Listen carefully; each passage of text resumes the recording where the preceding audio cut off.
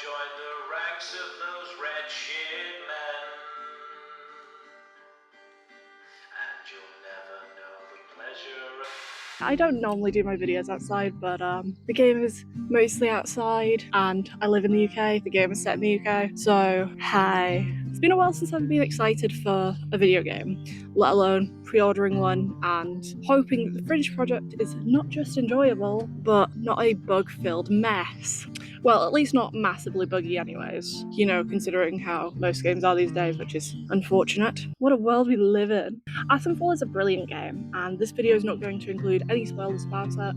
I'm probably going to make a part 2 that's just going to go fully over the story, the lore, everything, because genuinely I absolutely adore this game, and I love that we not only have a game that is set in the UK, but it's in Tet-Nor. And honestly though, mate, like, if you can't quite understand how I'm talking like now, you might need some subtitles and stuff for your game, right? Because, yeah, it's very northern. And I'm probably going to have to subtitle that part. So if this is your first time here, hi, my name is Hannah Angrily Uus. Normally I don't do videos outside because I don't like being outside. However, I need vitamin D, even though the British sun does not even sun. Anyways, that's enough rambling from me, so thank you for being here. I really do appreciate you a lot. I hope you're doing very well, and let's get into the actual video. Like and subscribe. For the trees stand close, are watered in blood. I do need to preface this by saying I've completed one ending of the game and all of the side quests. I've put around 16 hours into that whole save. I think now I've probably put at least 20 hours into the game, but I'm trying to find Easter eggs currently. The atmosphere in the bunkers made me so nervous that I was in this constant feeling of needing to be cautious, worried that somebody was like gonna sneak around and come up behind me. Oh wait, no, I'm just mistaking that for how I play the game. So far I've experienced minimal bugs, I'd say, which considering the game only just released, I'll take it. The voice acting is great. I love all the dialects, like hearing actual northerners in a northerner game, it's really nice, right? I might have to subtitle that in retrospect. The only issue that I will say though is like the sound design. Like, the voice acting is great, however, you know, I noticed there was one character who was like, you sort of have a back and forth with, right? And like, instead of them sort of trying to be a bit more like, here we are, I'm gonna like whisper a bit because it's a bit stealthy or whatever, they were just like shouting and it's like, ma'am, I'm stood 2 feet away from you. The fuck? Regions. So let's talk about the world in Atomfall. The game is set in the Lake District, which is located in the good old north, if you couldn't tell from me going all northern ever so often. The area is absolutely picturesque. Unfortunately, I've only actually been to the Lake District once, but thanks to good old Beatrix Potter, pretty much the entire area is just being preserved because she bought up tons of land, which honestly, she just girl-bossed back in the 1800s, and we love that for her. Within this game, there's 5 different regions, each home to different factions and different levels of hostility. Mostly because different factions seem to have different levels of pew-pew powers. Yeah, that's what I'm gonna call it right now. When you first open the game, anything and everybody you meet is like a boss fight, honestly. Like, personally, I ran face first into a bunch of outlaws with maybe like 2 bullets to my name, I think, and ended up having to fist fight these lovely people with big pew pew guns. I don't even know how I survived, honestly. It was amazing. If I've got a recording of it, I need to like show it. Mwah. Scuffed like most of my gameplay.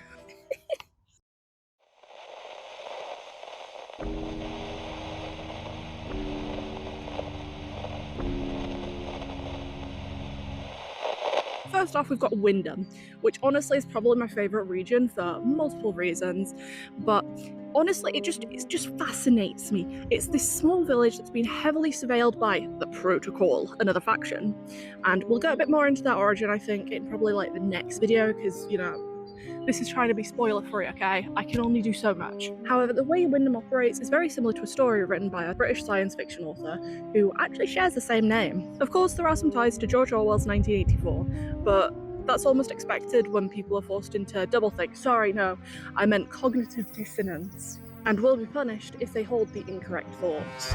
However, I'd argue there's a much more obvious inspiration, and that is of the chrysalids written by George Wyndham. Unfortunately, I messed up when I was recording this. George Wyndham is not the bloke that we're on about. George Wyndham, in fact, was a Conservative politician who was in office from the 10th of October, 1898 to the 13th of November, 1900.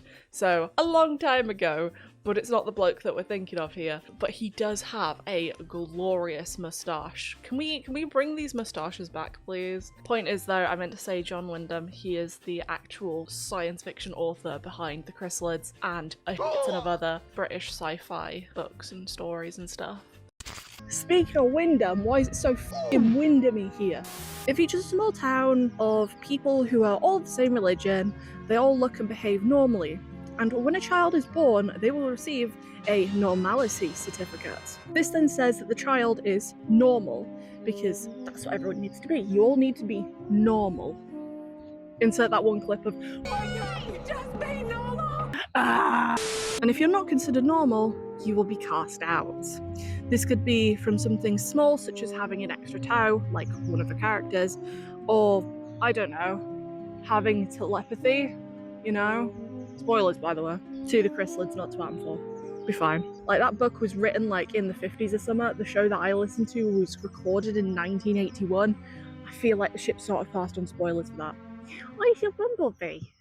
No, hello, Mr. Bumblebee. In Wyndham, there are these speakers or sirens. I don't really know what to call them, honestly. They sort of look like those, you know, the air horn, the air raid siren things that you see in, like, old-timey war films and stuff. But either way, there's always the gaffer in charge who's always, like, shouting over everybody and waffling constantly that practicing any religion other than Christianity is prohibited. Be careful of the pagans in the woods. They're super scary and will guide you to sin. Citizens of Wyndham, if you or any of your friends or family show signs of corruption, report it immediately. Caught early, the contagion can be painlessly excised. Be vigilant. Be safe. Citizens of Wyndham, we cannot guarantee your safety beyond the village palings. Do you have a good reason to leave the village? Unexpected item in bagging area. Remove this item before continuing. And my favourite of all is just him telling everybody to just be normal. Need I put the comparison there more? I can't really state, like, obviously if I am correct on this or not, since, you know, as far as I'm aware, the developers haven't actually confirmed if this is the case. I did actually ask in a tweet randomly, but I didn't get a response. So I could be grasping at straws, but when bro's name is Wyndham, and the town is called Wyndham, and he's, like, you know, having everybody be normal, otherwise you're gonna get yeeted out into the forest. Good luck on your own, I guess. And also, you know, Wyndham Village does the exact same thing. Honestly, I don't even know which one I was saying there, because it was basically, it's the same thing. It could just be a happy coincidence, I'm not too sure. I could be right, I could be wrong. It could be a bit of both. I just bumped my mic, I'm so sorry.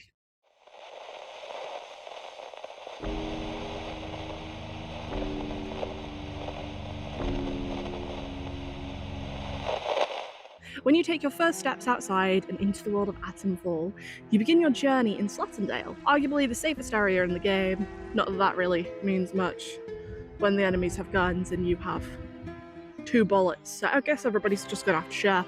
Not to mention that everybody seems to have guns, bows, knives and all that stuff, because in a post-apocalypse, you don't need a license for that, do you?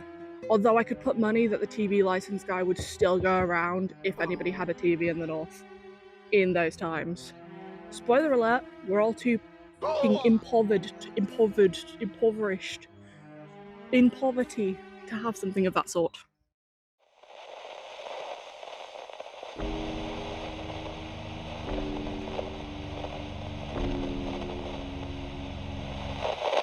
S.T.A.L.K.E.R is the hardest region to survive in.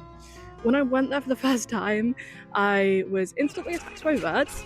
The area is crawling with the Bard, protocol, all that sort of stuff, which is nice and fun. The Bard, by the way, actually stands for British Atomic Research Division.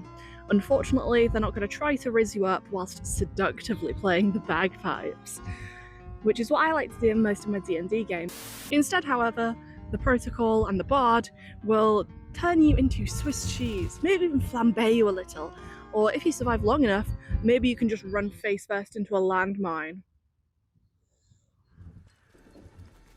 Yeah, I did that too many times. Honestly, just avoid this area unless you have enough ammo, medkits, or whole life choices to run through.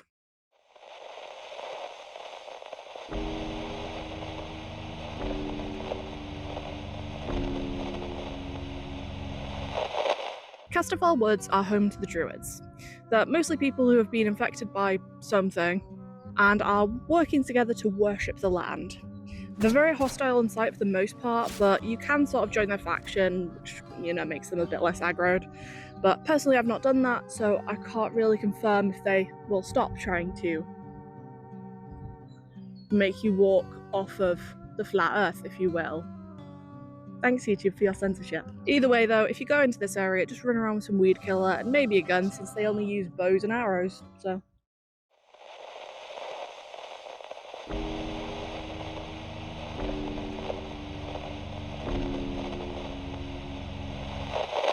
The interchange is an odd place. It almost doesn't really feel like a region, but it sort of is in its own way, similar to the sewers. Although I will argue that the sewers isn't really a region because it's sort of more like a place where you sort of just use to get around to places.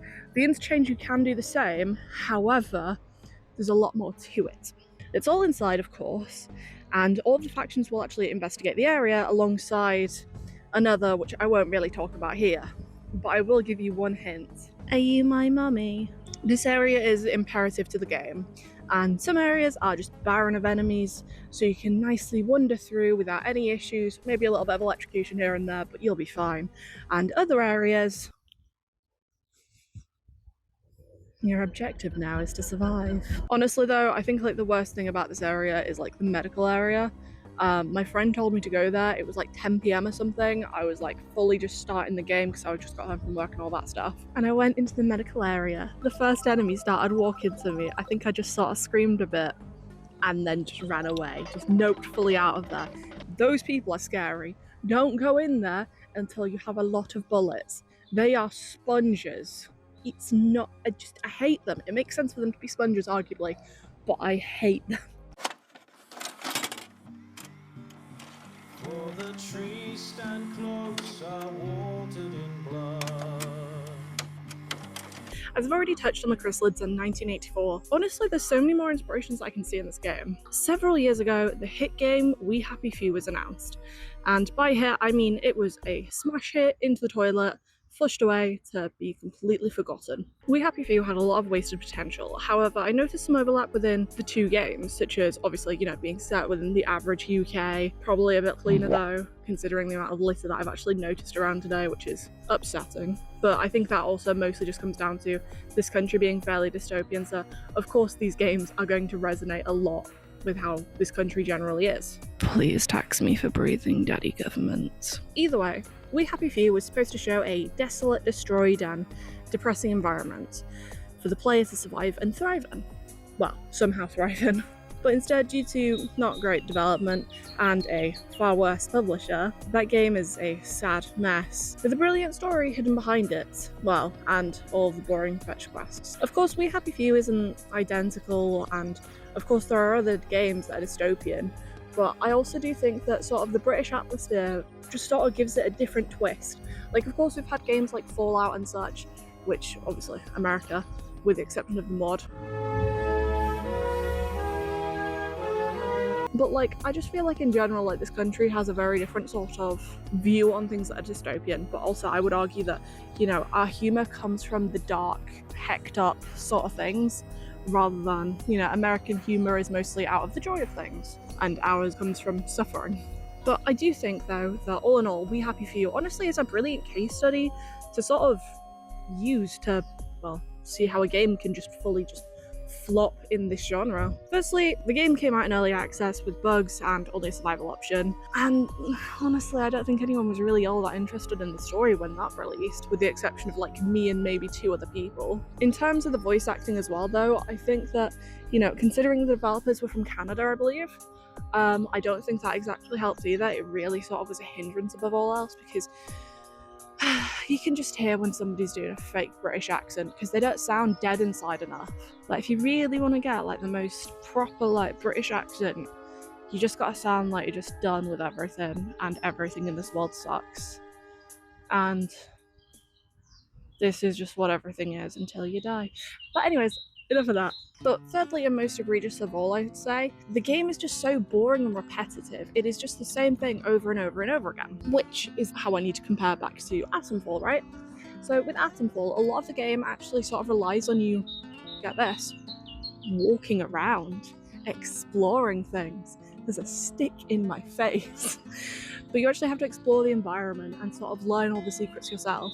Nothing is just like in your face, here you go, boom, bing bam boom, do the game stuff.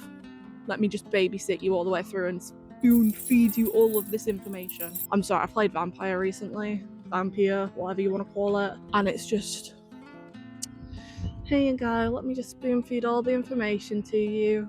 I also started to get a bit annoyed about the tutorial section. Every game should allow you to skip a tutorial if it has one. Perfect world, no game should have a tutorial. Change my mind. Cough, cough, pray, cough, cough, Atomfall. Point is, you don't need a tutorial to make a game actually good. The player has a brain, surprisingly. You know, obviously, like, this has become its own genre, arguably, and by this I do mean, like, the whole, you know, post-apocalyptic wasteland, here you go, survive sort of thing. So, have a look on the screen, here's a bunch of stuff that, you know, they all have in common, if you'd like, or at least between We Happy Few and Atomfall. But the reason I will say, though, that I'm sort of bringing up We Happy Few so much and sort of, I guess, talking a lot about it, considering that this is a video focusing on Atomfall, is just like, when that game came out, I was so massively disappointed, and I think that disappointment has finally been solved thanks to Atomfall, an actual good game based in the UK, post-apocalyptic, has an actual interesting story, doesn't bash you over the head with, I don't know, stupid NPCs. I hate all the NPCs in We Happy Few. They're not good. But enough about We Happy Few. So I'm a big Fallout fan. I actually own all of the games, even though I've only actually completed Fallout 4, but I would say 1 is my favourite so far. So of course there, you know, is an obvious correlation between the two, although, you know, I'd argue again that the wasteland post-apocalyptic open world genre has just become its own thing, which also includes its own tropes. These tropes, of course, including mankind being the inevitable catalyst that caused the end of everything, which honestly I do think is, it makes sense. I mean, we are a plague upon this planet, but don't think about it too much. Another being odd creatures, whether they be robots, flesh, or just generally just very aggressive.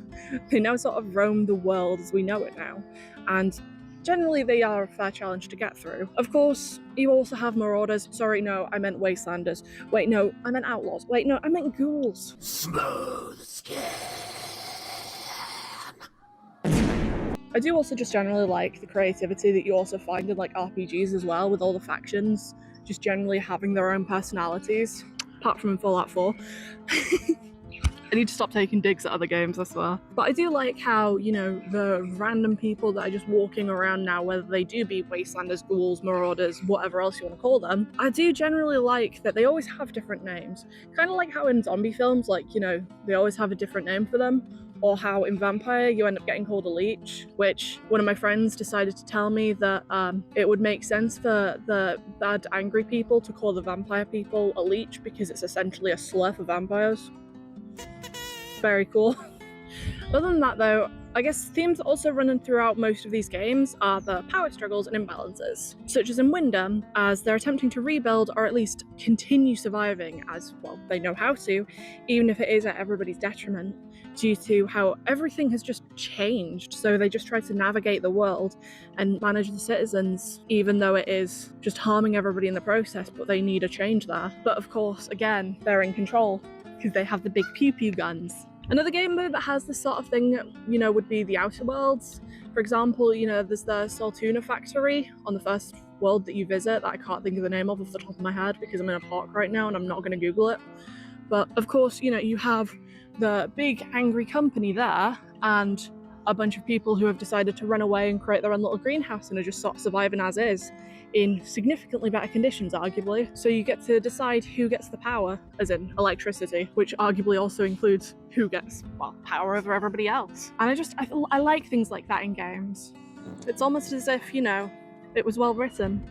Oh, and also just to drag We Happy Few back into this for like a second, We Happy Few technically has like that rich people area, and then everywhere else where you get banished to if you're not happy. For the trees stand close, are watered in blood. Miscellaneous thoughts. I'm gonna be honest, I really just did not know what to call this section. I just want to talk about some random things that are in the game, honestly. Like the accessibility. It's actually really good, which is lovely. Because there's a ton of different options, right? So like, you know, I suffer a lot from motion sickness and it's really bad in video games for some reason. I don't know why. But thankfully, this entire game has me covered. Motion blur? No thanks. Head bobbing? I think not. FOV is customizable. It's bloody brilliant. I love it. I can play a game without wanting to just fall over and die. Also, I like that I was able to customize things like the subtitles as well, and the crosshair. That was really nice as well, actually. Made life so much easier, because like, I like my subtitles. I like my subtitles bright and colourful normally though. So it was just nice to actually be able to do that. Not to mention there's a bunch of different modes for like colour blindness and such. So it's a game that my dad could actually play for once. I'm looking at you, GTA, your colour blindness modes were not good. Another thing that I really like in this game as well is just how many wildflowers are around. They look absolutely beautiful, but honestly, it's just a shame that I wasn't able to find any today because, well, it's just not the right season for it. It needs to be summer and it's currently spring, so at best I've got daisies and a couple of dandelions.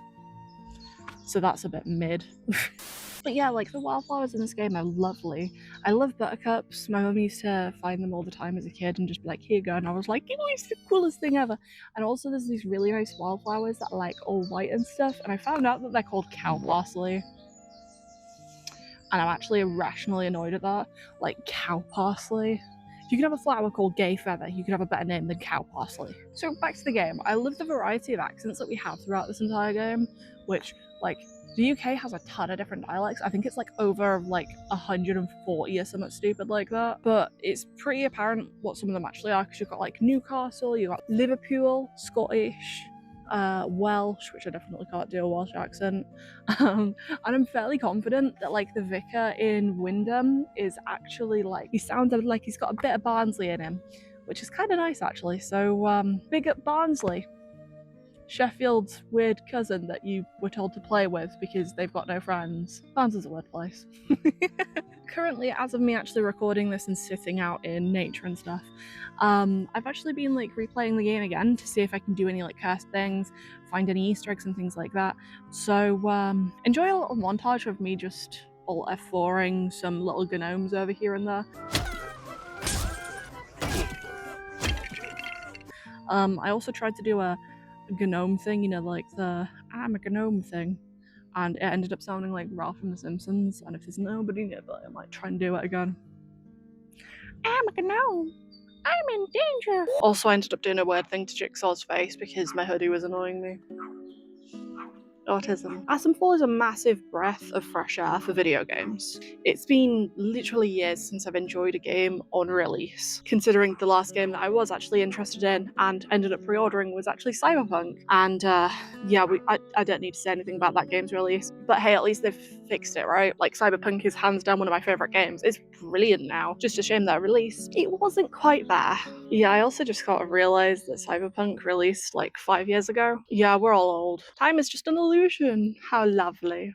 If you haven't already though, I would highly suggest playing this game and just generally supporting the devs, honestly. And I need to buy some merch now. I tried to win their giveaway. I did not win. Just a shame they don't sell any of the giveaway stuff actually, because I really liked some of that. Rebellion, if you see this, please hook me up.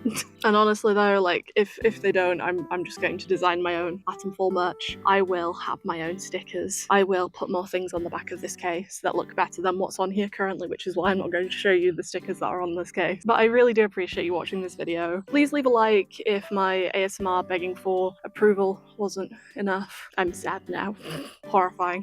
And then also maybe go like the rest of my videos, I don't know, watch them, do things with them, interact with them, tell me how jarring it is that I went from being a VTuber to using my face to using PNGs of a character to sort of using my face to being stood outside in front of you. That's the good thing about me recording outside, actually. I can't do as much unhinged stuff, so I can't like make as many weird faces because I've got other people potentially watching me. And as much as I have walked around doing cosplay and stuff in the past, I normally wear a mask. So me doing unhinged shit, I can sort of get away with more, and I can hear a beat. Also, I've created a Patreon, so if you maybe want to support me, I don't know, see behind the scenes stuff. I've recorded a heck of a lot of random stuff for this video, actually. A lot of it probably won't be going on YouTube. Mostly just me sort of rambling, complaining about the litter everywhere, and walking around this lovely park that I'm in, and just rambling to myself, I guess. But anyways though, take care. Maybe I'll see you next time. Bye.